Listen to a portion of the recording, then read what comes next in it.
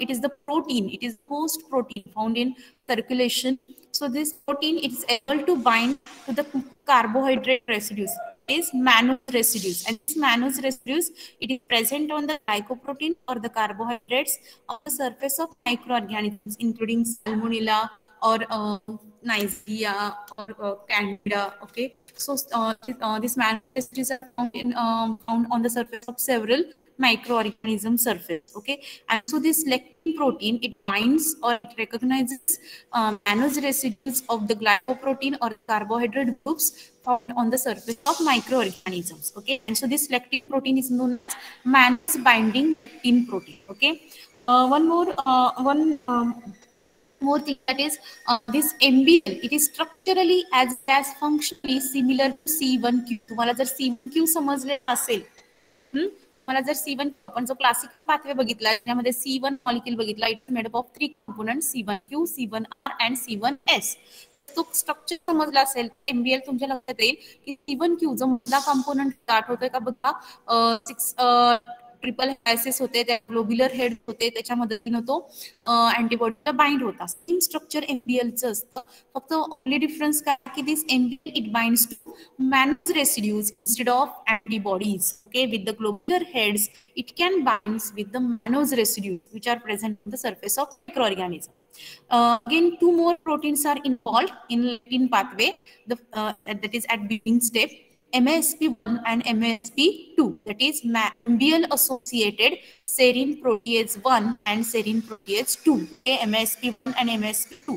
These 2 more proteins are associated with the MBL. They bind to the MBL, and again these 2 proteins are structurally as well as functionally similar to C1R and C1S. C1R and C1S molecules or C1S proteins. C1 समजला असेल, C1Q, C1R आणि C1S, तर C1Q म्हणजे इथं काय MBL आहे, C1R म्हणजे इथं MASP1 आहे आणि C1S म्हणजे MASP2 आहे, बरोबर.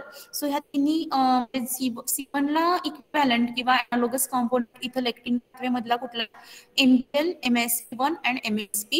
So these 2 proteins, that is MASP1 and MASP2, bind to the MBL protein and form the complex. And this complex is structurally as well as functionally similar to C1 molecule of classical pathway. They perform the same function. Is आपण सुरुवातीला बघितलं होतं की C1 molecule it has a 2 substrate, C4 and C4. Sorry C4 and C2. Okay, आठवतंय का बघा, C4 आणि C2 हे 2 कंपोनेंट्स त्यांचे काय होते, सबस्ट्रेट होते. C4चं क्लिवेज होतं, C4B तयार होत होता, C4A निघून जात होता. C4B तिथे त्या सरफेसला मायक्रोबियल सेल सरफेसला जाऊन बाइंड व्हायचा. त्याच्यानंतर C2चं क्लिवेज व्हायचं, C2B हा स्मॉल फ्रॅगमेंट होता आणि C2A हा लार्ज फ्रॅगमेंट होता. C2B तिथून डिफ्यूज होऊन जाईल, C2A त्या C4B ला जाऊन बाइंड व्हायचा आणि कॉम्प्लेक्स तयार व्हायचा C4B2A. C4B2A होती का बघा, नोटबुक मध्ये लिहिली असेल तर बघा. सो सेम प्रोसेस इथं होती की C1 मॉलिक्यूल जसा C4 आणि C2चं क्लिवेज करायचा, तसा हा जो कॉम्प्लेक्स इथं तयार झाला lectin pathway मध्ये, MBL, MASP1 and MASP2. So this complex it cleaves C4 as well as C2 molecule. It cleaves C4 and C2 molecules. आणि तिथून पुढचा जो पाथवे सेम क्लासिकल पाथवे सारखा आहे, म्हणजे सुरुवातीची जी स्टेप आहे ती फक्त इथे वेगळी आहे. त्याच्यामध्ये C1 मॉलिक्यूल आहे, इथे MBL, MASP1 and MASP2 complex आहे. तिथून पुढच्या स्टेप्स हे सेम आहेत. Okay, so let's see. MBL it is induced due to inflammatory responses. जेव्हा इन्फेक्शन होतं बॉडीमध्ये, इन्फ्लेमेटरी रिस्पॉन्सेस इंड्यूस केले जातात बॉडीमध्ये आणि त्या इन्फ्लेमेटरी रिस्पॉन्सचा एक पार्ट म्हणून MBL प्रोटीन तयार होतं, त्याचं प्रोडक्शन होतं. After MBL it binds to the surface of microbe. Then MBL associated serine protease 1 and serine protease 2, they bind to the MBL, and so it leads to formation of complex, that is MBL, MASP1, MASP2. Okay, हा complex तयार होतो. This MBL, MASP1, MASP2 complex, it mimics the activity of C1R and C1S and this causes cleavage and activation of C4 and C2. We have discussed this point. Okay, कि MBL MSP1-2 this complex it mimics structurally as well as functionally C1 molecule. Okay, आणि त्याच्यामुळे same जे reactions होतात जसं की C4 आणि C2 चं cleavage सुद्धा ह्या कॉम्प्लेक्स मुळे इथे होणार आहे. The lectin pathway is antibody independent pathway. MBL MSP1-2 complex इथे आल्यामुळे इथे अँटीबॉडीची गरज लागत नाही. C1 असतो क्लासिकल मध्ये त्यामुळे तिथे अँटीबॉडीज बाइंड होणं गरजेचं आहे त्याशिवाय C1 ऍक्टिव्हेट होत नाही बरोबर. आणि त्यामुळे तो antibody dependent pathway classical pathway. पण लेक्टिन पाथवे आवाज ब्रेक होतोय. आवाज ब्रेक होतो.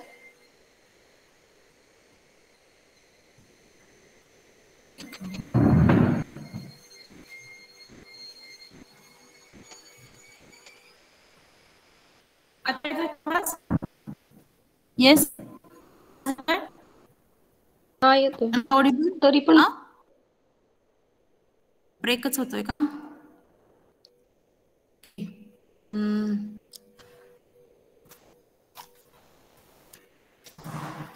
Great.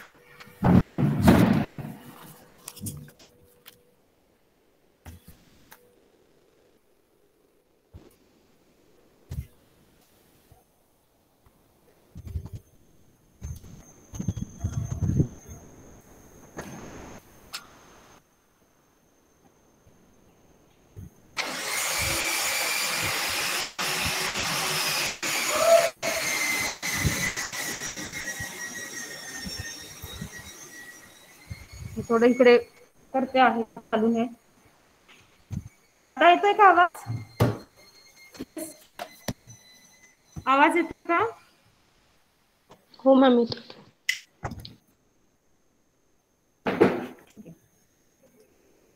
This lectin pathway is antibody independent. लक्षात आलं का अँटीबॉडी का लागत नाही? कारण तिथे MBL MSP1-2 कॉम्प्लेक्स येतो की जो मॅनोज रेसिड्यूज आयडेंटिफाय करतो त्याला बाइंड होतो instead of antibodies. So lectin pathway it is antibody independent pathway. It is important innate defense mechanism comparable to alternative pathway. म्हणजे अल्टरनेटिव्ह आणि innate both are part of the innate defense mechanism. Okay, but when we compare these two pathways, obviously the innate pathway is not important. But का important आहे सांगा बघू.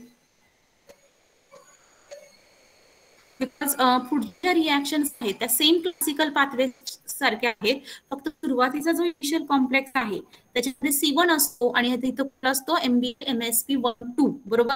हा फक्त different आहे. बाकीच्या सगळ्या पाथव्या पूर्ण स्टेप्स पाथवेच्या सेम आहेत आणि त्यामुळे तो इफिशियंटली कॉम्प्लिमेंट ऍक्टिव्हेशन होऊ शकतो बरोबर. आलं लक्षात इथे? Utilising elements of classical pathway except for the C1 proteins बरोबर. समजलंय का? कदाचित आता तुम्हाला प्रश्न पडला असेल मॅनोज रेसिड्यूज हे फक्त बॅक्टेरियल सेल सरफेसवर असतात का किंवा मायक्रोबियल सेल सरफेसवर असतात का? पोस्ट कार्बोहायड्रेट्स किंवा सेल्स जे आहेत आपल्या बॉडीमध्ये टिश्यूज आहेत सेल्स आहेत त्यांच्या सरफेसवर हे असं नाहीत का मॅनोज रेसिड्यूज? आणि जर असतील तर ऑब्व्हियसली MBL प्रोटीन तिथे बाइंड होणं गरजेचं आहे कारण का it cannot differentiate between the cell types. Okay, it just recognize the mannose residue and then it binds to it. Barabar? So, what is your answer? Why doesn't mannose binding lectin bind to the host carbohydrates? Mammalian cells that normally have a sialic acid residues covering the sugar groups which are generally recognized by MBL and so they are not a target for binding. Mammalian cells मध्ये sialic acid residues असतात. Plasma membrane study केलं असेल तर you can get the answer. This sialic acid they cover or they hide the sugar groups. Hello ma'am. Yes. स्टुडंटला join व्हायला problem येतो ma'am. Okay check करा जरा.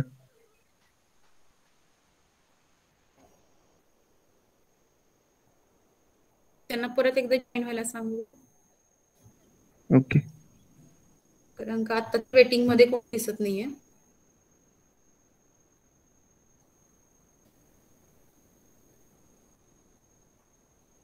ठीक आहे आपण सुरू करूयात.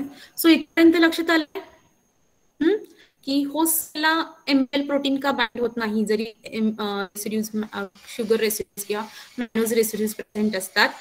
these residues are masked by sialic acids आणि त्याच्यामुळे ओपन नसतात किंवा अवेलेबल नसतील जेणेकरून तो पुढे त्याला बाइंड होईल. ठीक आहे. सो इथून पुढे पाथवे सेमच आहे. हा जो पाथवे आहे तो सेम आहे. जसं की आता C4 आपण क्लासिकल पाथवे बघितल्या होत्या रिएक्शन C4 पाहायचा आहे का तो पाथवे परत? येस.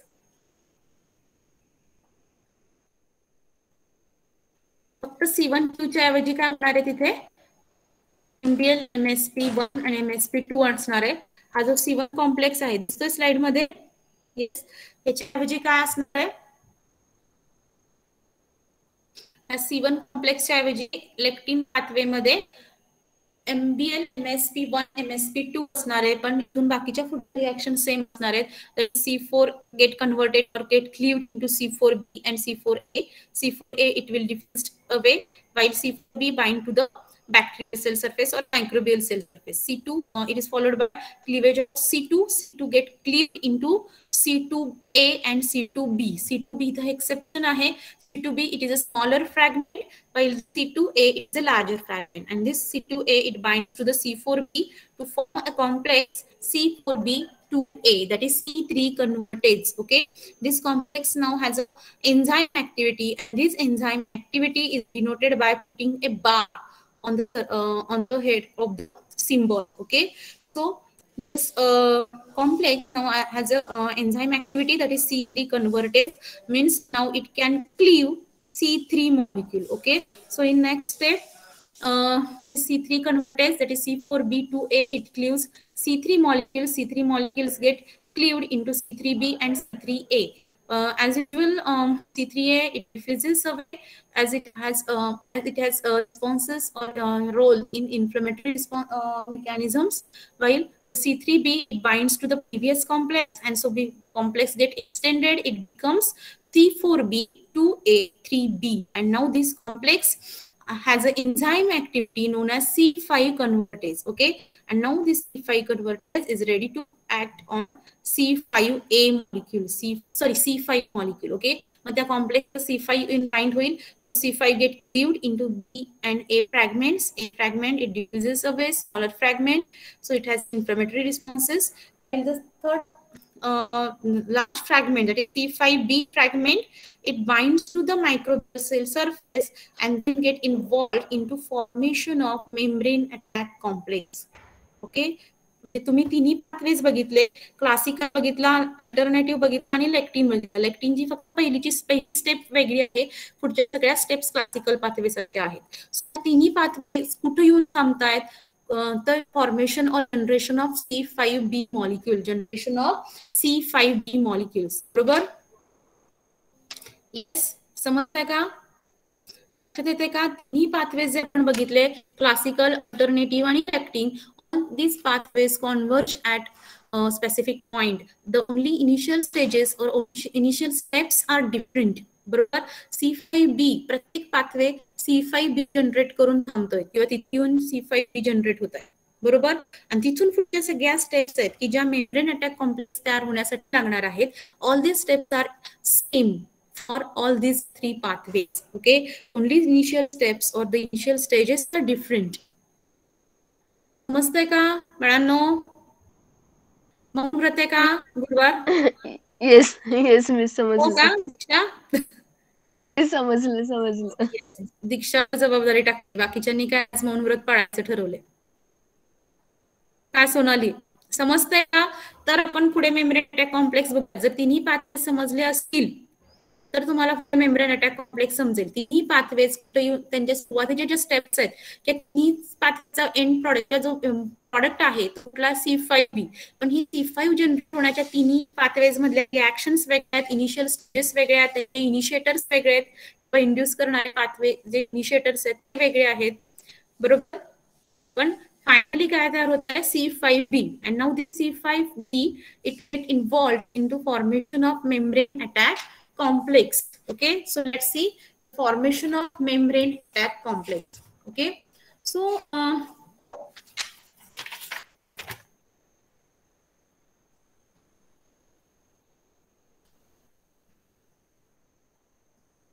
yes, आपण इथे आलो होतो त्या स्लाइड वर. So you can see a classical pathway, alternative pathway.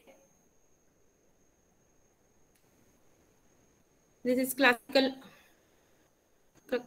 pathway, alternative pathway, and lectin pathway. Okay, all these three pathways converge at the common step, that is formation of C5b molecule. This is C5b molecule. दिसतंय का इथे mark केलेला area मी? हे तिन्ही pathways आहेत, त्याच्या तिन्ही reactions वेगळे आहेत आणि हे तिन्ही पाथवेज एकत्र येत आहेत, एका ठिकाणी कॉन्व्हर्ज होत आहेत, एकत्र येत आहेत. कॉन्व्हर्ज म्हणजे अँड कुठे the step of formation of C5b molecule. Then C5b, it involves the formation of membrane attack complex.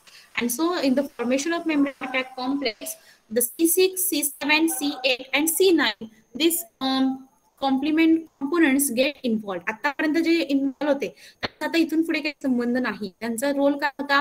To generate the C5b molecules. जो आता जनरेट झालेला आहे C5b molecules. Okay, so this C5b molecules now sequentially bind with C6, C7,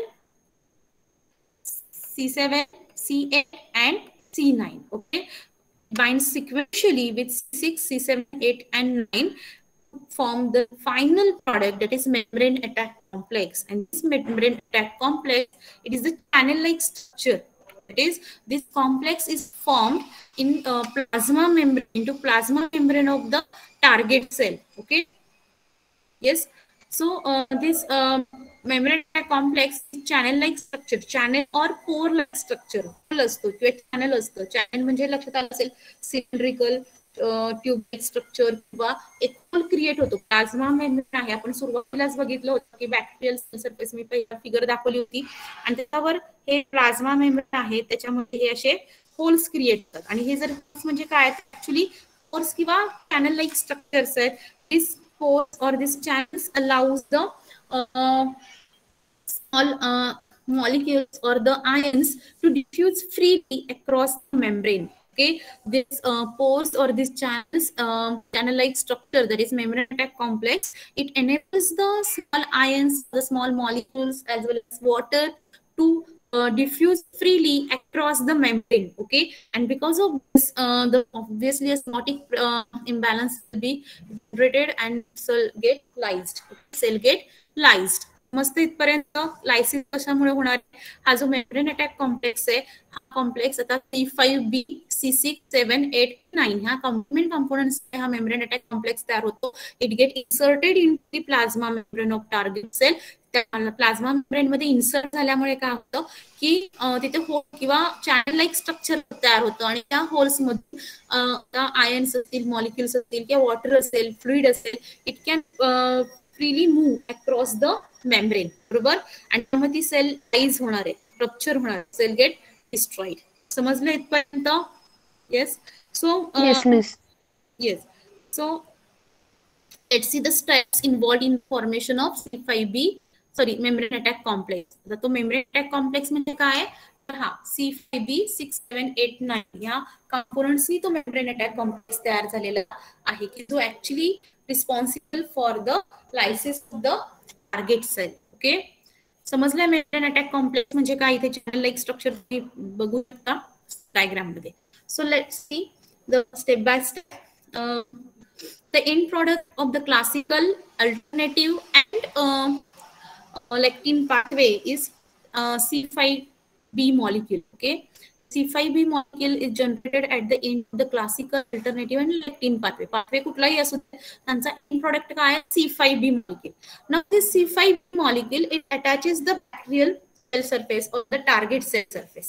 Actually, this C5b molecule, which is the larger fragment, it is very unstable or labile. Labile means unstable. Okay, this within 2 minutes it get inactivated if it is not bound to the C6 molecule. Okay, C5b molecule, it is very labile or unstable molecules. जरी C5b generate झाला, lectin pathway असू दे, classical असू दे किंवा alternative, या तिन्ही pathways म्हणून तो C5b molecule झाला, तो आता सेल मेम्ब्रेनला किंवा टार्गेट सेलच्या प्लाझ्मा मेम्ब्रेनला बाइंड होईल. पण तिथे बाइंड झाल्यानंतर विदिन 2 मिनिट्स त्याला जर C6 मॉलिक्यूल बाइंड झाला नाही, ओके, तर तो काय होतो, इनऍक्टिव्ह होतो आणि पुढे मेम्ब्रेन अटॅक कॉम्प्लेक्स तयार होणार नाही. दिस C5b molecules, it is very labile, it is very unstable, and so if it is not bind to the C6 molecules within 2 minutes, it becomes inactive. And so C6 molecule, it binds to the C5b molecules and stabilizes it. Okay, so in figure you can see the C5b molecule, it binds to the target cell surface or the plasma membrane of microbial cell surface, then to its C6 molecules bind, and because of this binding the C5b molecule get stabilized. समजलं इथपर्यंत? म्हणजे C6 ला C5b ला आता हा C6 bind झाला. C6 bind झाला की नेक्स्ट स्टेप काय आहे, the binding of C7. Okay, binding of C7. पण जोपर्यंत C6 म्हणजे आता हा C5b इथे एकदम कंबाईन स्टेप दाखवली आहे, पण सुरुवातीला काय होईल, इथे हा C6 बाइंड होईल, बरोबर, हा काय C6 येऊन बाइंड होईल. हा C6 बाइंड झाला तोपर्यंतच्या ज्या सगळ्या रिॲक्शन्स आहेत, this reactions are taking place on the surface of target cell. All these reactions are taking place on the surface of the target cell. Target cell च्या सरफेसवर, जो बाहेरचा एरिया आहे त्या सरफेसवर, एक्सटर्नल सरफेस आहे बॅक्टेरियल सेलचा, त्या सरफेसवर किंवा टार्गेट सेल असेल त्या सरफेसवर ह्या सगळ्या रिॲक्शन्स होत आहेत. तिथं हा C5b आणि C6 मॉलिक्यूल बाइंड झाले आहेत, कॉम्प्लेक्स तयार झाला C5b C6.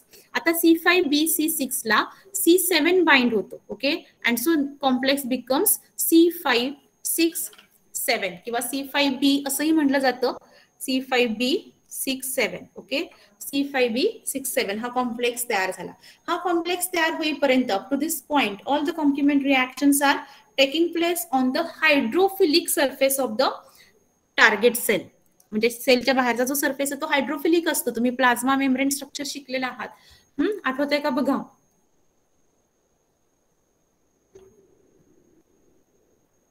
असे हायड्रोफिलिक ग्लोब्युलर हेड्स आणि खाली काय असतात, हायड्रोफोबिक टेल्स. आठवतंय? Phospholipid bilayer. येस येस, तो खालच्या साईडला पण असाच असणार आहे, बरोबर. इकडे मी पूर्ण नाही काढत, हा सेल मेम्ब्रेन आहे,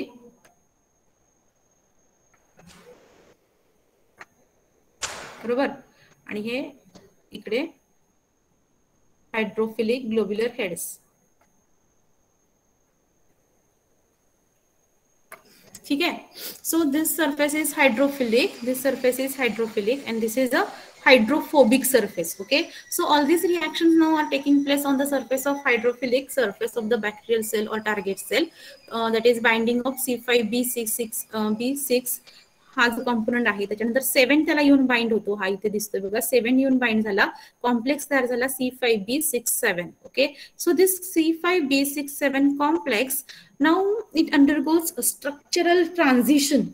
कोणत्या स्ट्रक्चरल ट्रान्झिशन होतात, C7 बाइंड झाल्यानंतर 7 नंबरचा कॉम्प्लिमेंट बाइंड झाला की तो complex it undergoes hydrophilic amphiphilic structural transition. व्यवस्थित लिहून घ्या, हायड्रोफिलिक एम्फिफिलिक म्हणजे काय माहिती, एम्फी म्हणजे dual. Okay, so hydrophilic amphiphilic structural transitions म्हणजे काही स्ट्रक्चरल चेंजेस होतात. हा जो पार्ट आहे त्याच्यातले काही स्ट्रक्चरल बाइंडिंग साइट्स आहेत त्या एक्सपोज होतात, आणि त्या बाइंडिंग साइट्स कुणासाठी असतात, तर हायड्रोफोबिक रिजनसाठी बाइंडिंग साइट्स असतात.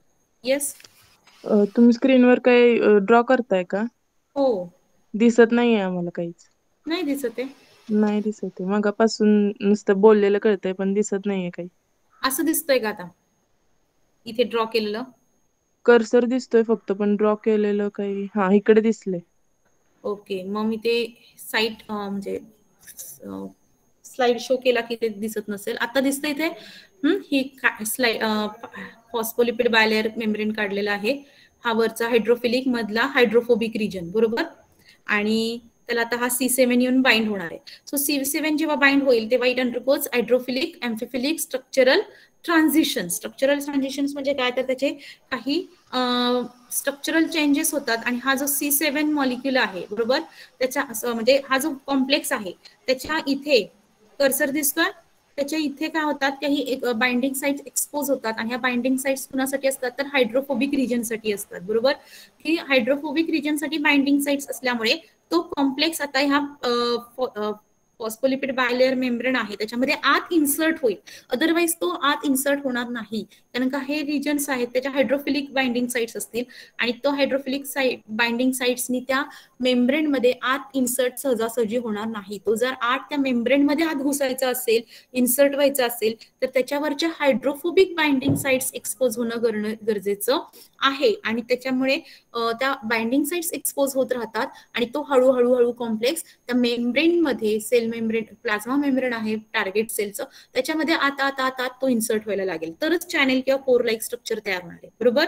So when C binds, it undergoes structural transition, that is hydrophilic amphiphilic structural transitions, which exposes the hydrophobic binding sites on their complex, on this complex, and so it get anchored or it get inserted into plasma membrane. Okay, suppose आता हा complex तयार होतोय bacterial सेलवर किंवा एखादी microbial sale असेल, target sale असेल किंवा पॅरासाइट असतील, व्हायरसेस असतील, त्याच्यावर तो सहजासहजी आत इन्सर्ट होत राहील, बरोबर, हायड्रोफोबिक बाइंडिंग साइट्समुळे.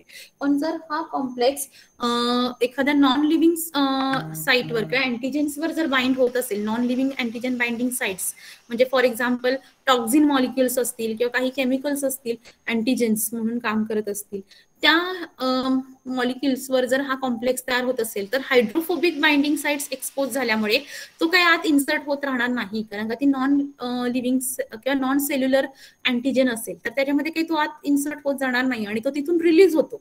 समजतंय, हायड्रोफोबिक बाइंडिंग साइट्स एक्सपोज झाल्या की तो आता तिथे बाइंड होऊ शकत नाही, कारण का हायड्रोफिलिक सरफेस आहे, बाइंडिंग साइट्स हायड्रोफोबिक आहेत, त्यामुळे तिथे तो अटॅच होणार नाही, बाइंड होणार नाही, इट गेट रिलीज्ड.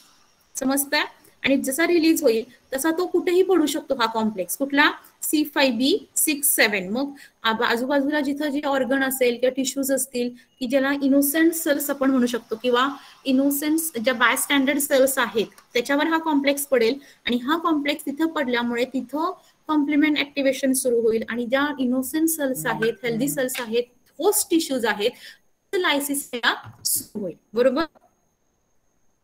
समजतं, म्हणजे त्याचा एक आहे की समजा तर नॉन सेल्युलर सेल्स असतील त्याच्यावर जर कॉम्प्लिमेंट ऍक्टिव्हेशन झालं तर पुढे मेम्ब्रेन अटॅक कॉम्प्लेक्स होताना जेव्हा हायड्रोफोबिक बाइंडिंग साइट्स की ज्या टार्गेट सेलमध्ये, सेल मेम्ब्रेन मध्ये इन्सर्ट होण्यासाठी लागतात त्या तिथे त्यांना अवेलेबल होणार नाही, हायड्रोफोबिक साइट्स त्यांना बाइंडिंगसाठी अवेलेबल होणार नाहीत. तिथे हायड्रोफिलिक सरफेस असेल त्या नॉन सेल्युलर अँटीजेनचा आणि त्यामुळे ते डिटॅच होतील तो कॉम्प्लेक्सतून आणि जवळपासचे हेल्दी नॉर्मल सेल्स आहेत त्याच्यावर तो पडेल आणि तिथे कॉम्प्लिमेंट ऍक्टिव्हेशन स्टार्ट होईल, करेक्ट. मस्त आहे, आणि त्यामुळे तिथे ते नेक्रोसिस किंवा नॉर्मल होस्ट टिश्यूज लाईट लागतो. समजलं इथपर्यंत. आता नेक्स्ट स्टेप बघा, after binding of C7, next complement molecule, that is C8, it will bind to this complex and now complex becomes C5b678. C5b678.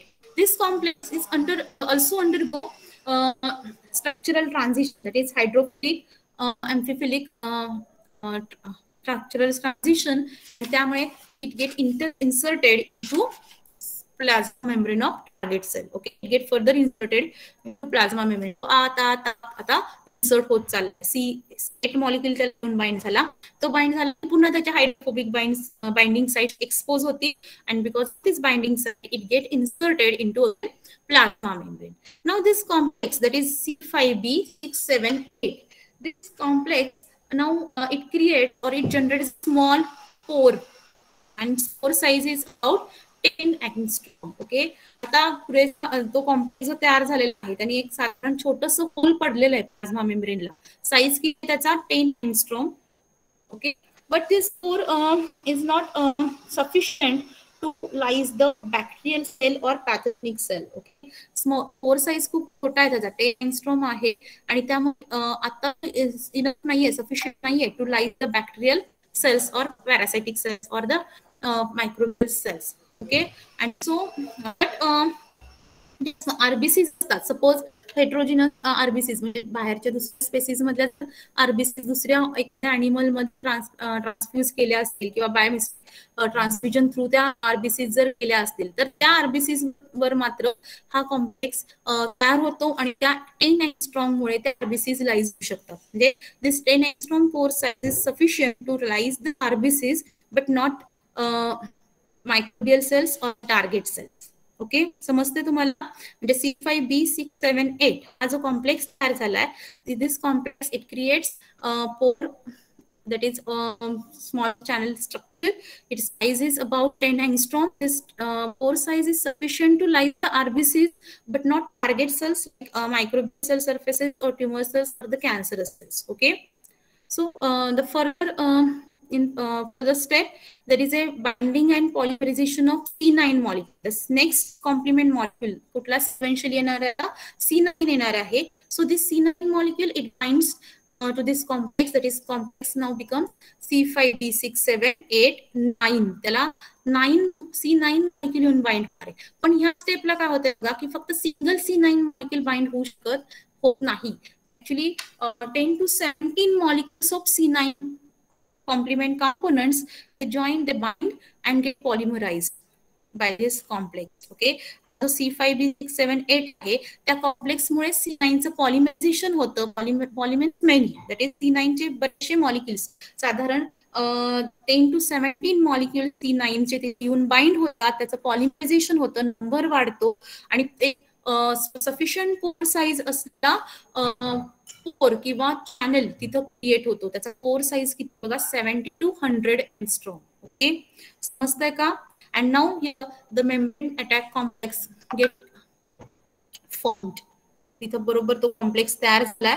जेव्हा पॉलिमरायझेशन होतं C9 चं 10 ते 17 किंवा त्याच्यापेक्षा जास्त C9 मॉलिक्युल्स एकत्र येतात, त्या कॉम्प्लेक्सला बाइंड होतात, तेव्हा हा मेम्ब्रेन अटॅक कॉम्प्लेक्स तयार होतो. It has a tubular form, channel like structure and its functional pore size is about 70 to 100 angstrom. Okay, and now this pore is sufficient to lyse the bacterial cells. In this figure you can see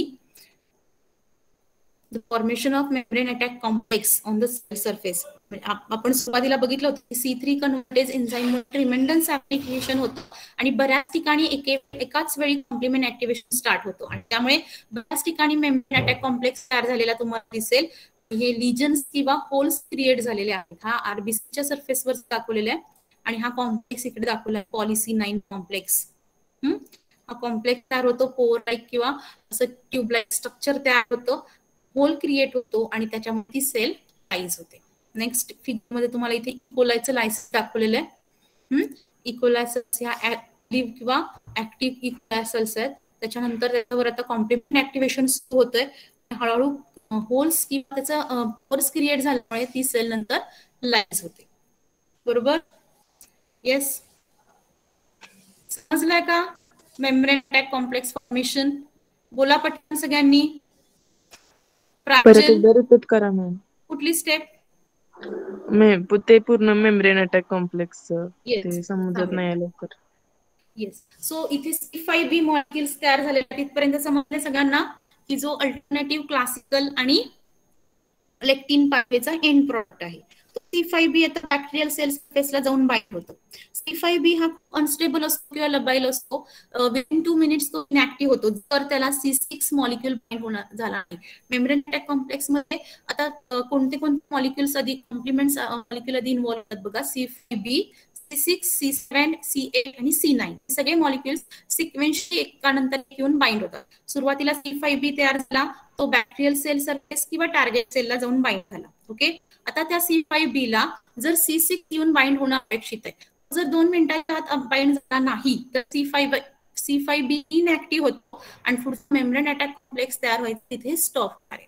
आता C6 2 मिनिटाच्या आत bind झाला असं suppose करू, त्यामुळे तो आता active राहणार आहे. कॉम्प्लेक्स तयार होईल C5b6. ओके, C5b6 ला आता नेक्स्ट कॉम्प्लिमेंट कॉम्पोनंट बाइंड होईल C7. कुठला कॉम्प्लिमेंट बाइंड होईल? C7. C7 बाइंड होईपर्यंत आतापर्यंतच्या सगळ्या रिॲक्शन्स ह्या बॅक्टेरियल सेल किंवा जी टार्गेट सेल आहे त्याच्या सरफेसवर हायड्रोफिलिक सरफेसवर बाइंड होत होतं. हायड्रोफिलिक प्लाझ्मा मेम्ब्रेनचा बाहेरचा सरफेस आहे, मी स्ट्रक्चर काढून दाखवलाय. हा बाहेरचा जो स्ट्रक्चर आहे साईड आहे तिथे हायड्रोफिलिक साइट्स असतात, हायड्रोफिलिक सरफेस असतो आणि त्या सरफेसवर आतापर्यंत सगळ्या रिॲक्शन्स होणार आहेत. कुठला कॉम्प्लेक्स तयार होईपर्यंत C5b6 त्या 7 येऊन बाइंड झाला म्हणजे कुठला कॉम्प्लेक्स तयार होईल C5b67 कॉम्प्लेक्स तयार झाला की तो आता स्ट्रक्चरल ट्रान्झिशन्स म्हणजे चेंजेस होतात त्याच्यामध्ये स्ट्रक्चरल चेंजेस असे होतात जेणेकरून त्याच्या हायड्रोफोबिक बाइंडिंग साइट्स आहेत. हा जो खालचा पार्ट आहे तिथं हायड्रोफोबिक बाइंडिंग साइट्स असतात. This hydrophobic binding site get exposed. त्या हायड्रोफोबिक बाइंडिंग साइट्स एक्सपोज व्हायला लागतात आणि त्यामुळे तो सहजासहजी या प्लाझ्मा मेम्ब्रेन मध्ये आता इन्सर्ट होईल. जर हायड्रोफिलिक बाइंडिंग साइट्स असत्या तर तो प्लाझ्मा मेम्ब्रेनचा जो मधला रिजन आहे हायड्रोफोबिक रिजन तिथं तो इन्सर्ट होऊ शकला नसता, तर तो बाइंड होऊ शकला नसता. म्हणून ही स्टेप महत्वाची की this complex undergoes structural transition that is hydrophilic amphiphilic structural transition. Hydrophilic वरून आता हायड्रोफोबिक बाइंडिंग साइट्स एक्सपोज होतात आणि त्याच्यामुळे तो आता त्या प्लाझ्मा मेम्ब्रेन मध्ये सहजासहजी इन्सर्ट व्हायला लागतो. बरोबर समजले इथपर्यंत? येस प्रांजल, समजलंय का ही स्टेप? येस. सो तो इन्सर्ट व्हायला लागलाय. त्याच्यानंतर next complement molecule C8. C8 या कॉम्प्लेक्स जाऊन बाइंड होईल, कॉम्प्लेक्स तयार होईल C5b678. C5b678 तो कॉम्प्लेक्स तयार होतोय तो सुद्धा सेम स्ट्रक्चरल ट्रान्झिशन्स दाखवेल. त्याच्या हायड्रोफोबिक बाइंडिंग साइट्स एक्सपोज होतील की जेणेकरून आता पुन्हा आतमध्ये इन्सर्ट होईल, आतमध्ये काय म्हणू शकतो घुसते, समजतं आतमध्ये इन्सर्ट होत जाईल. आता ह्या कॉम्प्लेक्समुळे एक छोटस पोर क्रिएट झालंय. हा सफिशियंट कॉम्प्लेक्स तयार झालाय की त्याच्यामुळे पोर तयार होतो, पण पोरचा साईज खूप छोटा 10 अँगस्ट्रॉम आणि त्या 10 अँगस्ट्रॉम मध्ये टार्गेट सेल किंवा microbial cell pathogenic cell lyse होणार नाही, कारण का एवढ्या छोट्या पोर साईज मधून मॉलिक्युल्स किंवा आयन्स फारशे डिफ्यूज होत नाहीयेत आणि त्यामुळे सफिशियंट लायसिस किंवा सफिशियंट पोर साईज असल्यामुळे त्याचा लायसिस सफिशियंटली होणार नाही. पण आरबीसीचं मात्र ह्या C5b678 मुळे लायसिस होऊ शकतं. सफिशियंट पोर साईज आहे आरबीसीस साठी लाईज करण्यासाठी, पण टार्गेट सेल्स ज्या आहेत मायक्रोबियल पॅथोजेनिक सेल्स त्यांचं मात्र लायसिस होणार नाही. हा सुद्धा स्ट्रक्चरल ट्रान्झिशन दाखवेल, तो सेलच्या आतमध्ये इन्सर्ट होत जाईल समजतंय आणि आतमध्ये तो पॅनल स्ट्रक्चर किंवा ट्युब्युलर स्ट्रक्चर तयार करतो. आता नेक्स्ट कॉम्पोनंट आहे C8 नंतर C9. बरोबर, C9 हा एकटा येत नाही, त्याचं साधारण 10 to 17 molecules are required for the binding as well as polymerisation. Polymerisation म्हणजे याचा अर्थ घ्या पॉली मीन्स मेनी, म्हणजे एकटा C9 मॉलिक्युल तिथे C9 molecules are required to form the complete membrane attack complex. हा जो मेम्ब्रेन अटॅक कॉम्प्लेक्स आहे तो कम्प्लीट पूर्णपणे तयार होण्यासाठी तिथे साधारण 10 to 17 molecules of C9 are required आणि म्हणून त्या स्टेपला काय म्हटले पॉलिमरायझेशन ऑफ C9. बरोबर समजतंय का? C9 आला, C9 इथे बाइंड झालेला दिसतोय बघा तुम्हाला, साधारण 10 to 17 मॉलिक्युल पहिल्या डायग्राम मध्ये बघा, समजतंय साधारण C9 इथे दिलेला आहे. पण ते बाइंड झाल्यानंतर हा जो C5b678 कॉम्प्लेक्स आहे त्या कॉम्प्लेक्समुळे ह्या C9चं काय होतं पॉलिमरायझेशन होतं. पॉलिमरायझेशन होतं म्हणजे C9चा नंबर वाढायला लागतो, अजून C9 मॉलिक्युल्स तिथे येतात आणि हा कम्प्लीट सर्कल किंवा कम्प्लीट ट्युब्युलर स्ट्रक्चर तिथे बाइंड होतं. म्हणजे हा C5b678 कॉम्प्लेक्स हा सेंटरला आहे आणि त्याच्या सभोवती हे C9 मॉलिक्युल्स एकत्र येतात, बाइंड होतात आणि कम्प्लीट मेम्ब्रेन अटॅक कॉम्प्लेक्स तयार होतो. समजतंय? आणि आता ह्या कॉम्प्लेक्समुळे जो पोर तयार होईल त्याचा साईज आहे 70 to 100 angstrom, which is very sufficient to lyse the target cell. समजलं इथपर्यंत? येस. हो मॅम. येस. सो असे त्या बॅक्टेरियल सेल किंवा टार्गेट सेलवर पॅथोजेनिक सेलवर बऱ्याच ठिकाणी मेम्ब्रेन अटॅक कॉम्प्लेक्स तयार होतात. इथे डायग्राम मध्ये दिसतात लिजन्स किंवा होल्स असे क्रिएट्स होतात आणि ह्या लिजन्स किंवा होल्समुळे ती सेल काय होते लाईज होते. इथे हा कॉम्प्लेक्स हा सर्क्युलर कॉम्प्लेक्स दिसतोय पॉली C9 कॉम्प्लेक्स आणि पुढे इकोलाई लायसिस दाखवलेला आहे, दिसतंय? येस. समजलंय का इथे? समजलंय मेम्ब्रेन अटॅक कॉम्प्लेक्स? नोट्स ह्याच्या मी शेअर करते, पीपीटी शेअर करते गुगल क्लासरूमवर. नोट्स वाचा एकदा व्यवस्थित. पण हा पॉइंट समजला इथपर्यंत आज, तिन्ही पाथवेज आणि जो finally membrane attack complex. Diagrams काढायची प्रॅक्टिस ठेवा.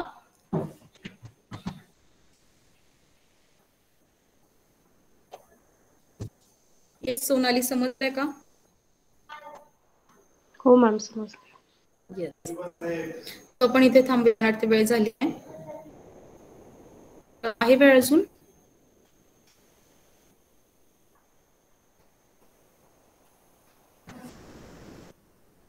आपण याचे फंक्शन्स बघितलेले आहेत सुरुवातीलाच. कॉम्प्लिमेंटचे जे रोल्स आहेत, रेग्युलेशन वगैरे तुम्हाला नाहीये. सेल लायसिस, इन्फ्लेमेटरी रिस्पॉन्सेस, ऑप्सोनायझेशन, हे डायग्राम्स आपण सुरुवातीला बघितलं होतं. व्हायरल न्यूट्रलायझेशन पुन्हा एकदा आपण डिस्कस करूया. क्लिअरन्स ऑफ इम्युन कॉम्प्लेक्सेस सुरुवातीच्या इंट्रोडक्टरी पार्ट मध्ये पण स्लाइड बघितली होती, आठवतं? Lysis, opsonisation, activation of inflammatory responses. So इथे आपला अजून एक पुढच्या लेक्चर आपण थोडस त्याची हे रिव्हिजन किंवा पुन्हा डिस्कस करूया. आणि तिथे आपला कॉम्प्लिमेंट इम्युनिटी पहिलं युनिट आहे ते संपलेलं आहे. मोठं युनिट होतं immune cells in organs plus complements. So समजले सगळ्यांना? समजलं तर आपण थांबूया इथे.